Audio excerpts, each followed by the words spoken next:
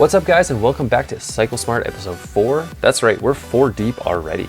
This episode is all about speed and control. The 3 topics we're going to be learning about in this episode are 1. Body position, how to configure your body while riding. 2. Gear choice, which gear to choose and why. And then finally 3. Braking, how to control how you slow and stop.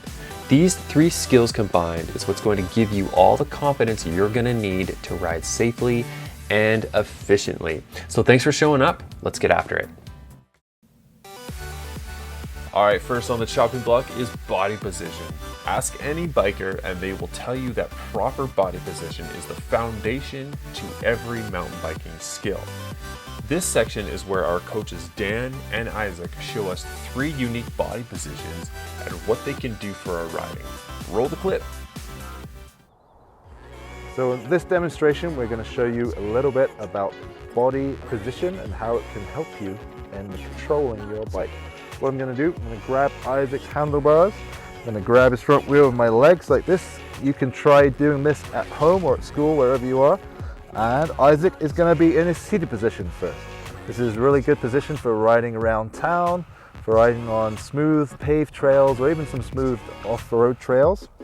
But it is not very good for your control. If Isaac hit a big bump right now, he may not be able to react, to be able to move the bike underneath him.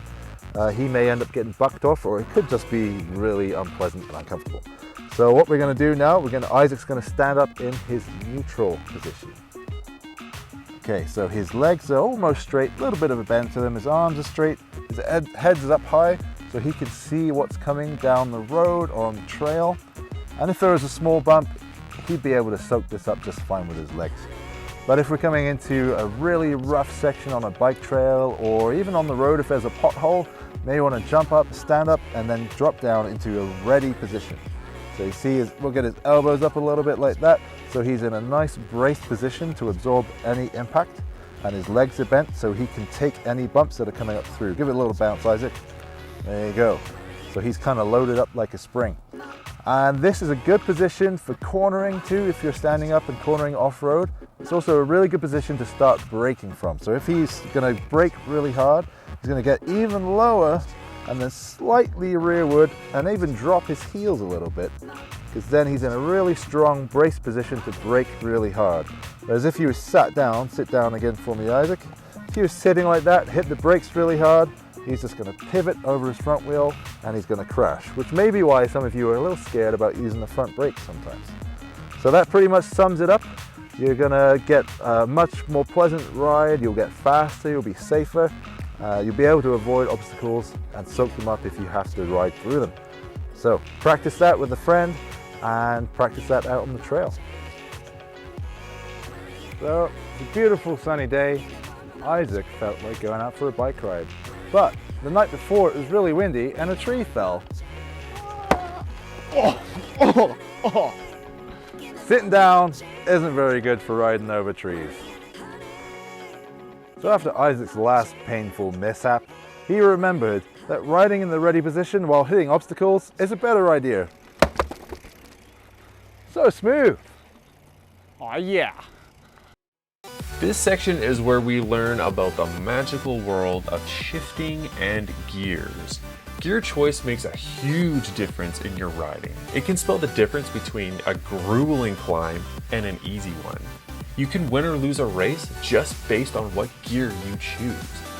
Our coaches Isaac and Andy, that's me by the way, are going to be dropping some excellent knowledge on you. I can tell you're already pumped, so let's get amongst it. So as we start it, let's take a look at how your gears work. This diagram shows what's called a drivetrain. It roughly consists of 3 major parts.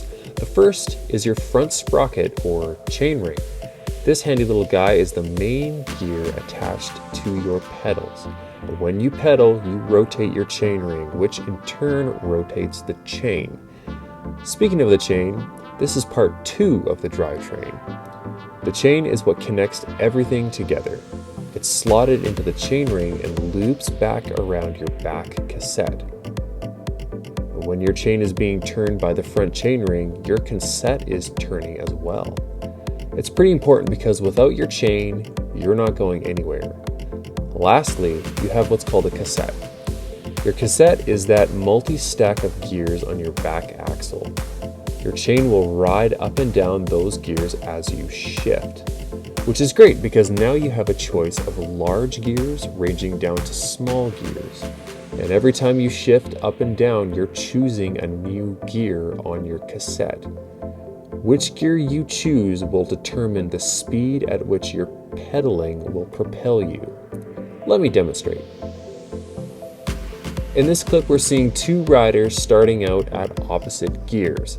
Isaac in his highest gear and Andy in his lowest. Take a look at how fast each of them are pedaling to accelerate.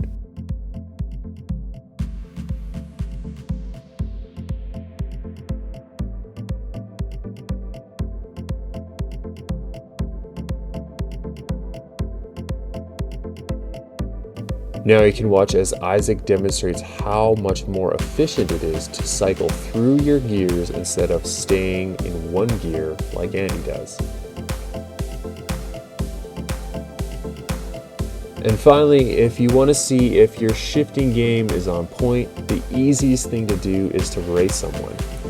You'll be able to tell pretty quick if you're shifting well or not.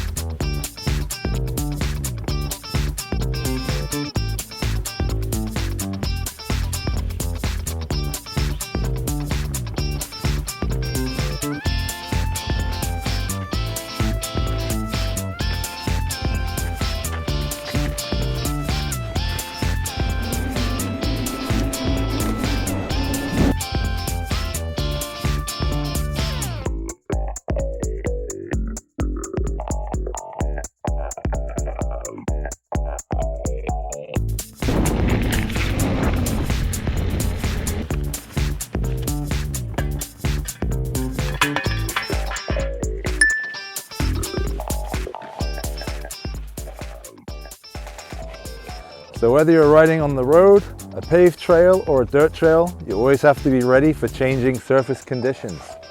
That means looking ahead and making sure you're ready to adjust your speed and your balance. Silly Dino.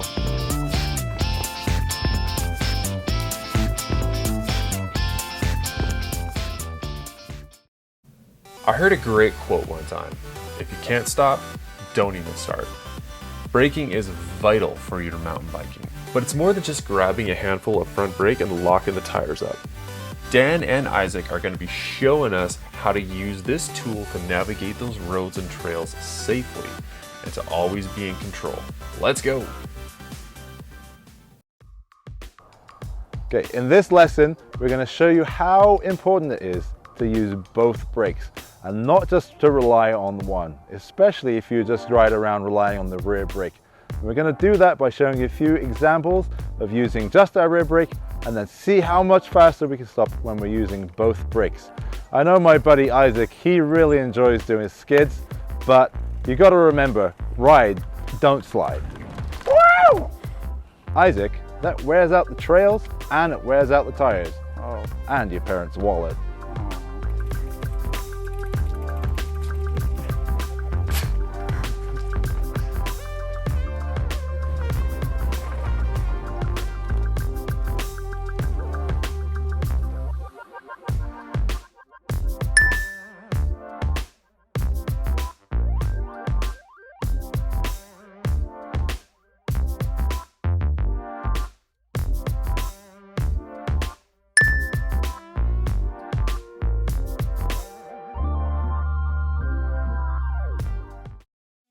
That's it for this episode on speed and control. I hope you learned a heap of fun stuff that you can use on your next ride.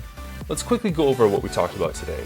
First, we learned about how to position yourself on your bike for maximum balance, responsiveness, control, and general awesomeness. Next, we talked about the importance of gears and how to maximize your pedal power. And finally, we talked about slowing down and braking, how to use both your brakes to control your speed safely. Thanks for riding with us today, and we'll see you in the next episode. Later.